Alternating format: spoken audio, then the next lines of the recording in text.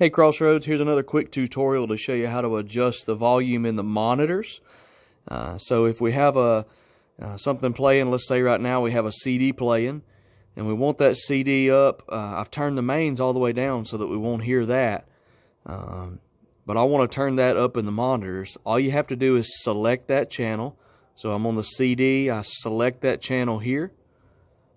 And then I hit this Sends on Fader button right here in the middle. Sends on Fader. Let's hit that button. And then that sends it to the fader that I want to change. And then if I go to bus 1 through 8, that's where my monitor is. So you can see this one here says Stage Monitor. That's the one I want to adjust.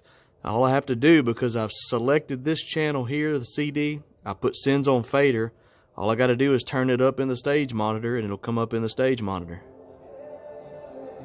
And you may or may not can hear that change there, but it's changing in the Stage Monitors. And when you're finished, make sure you hit Sends on Fader again, and it goes back to normal.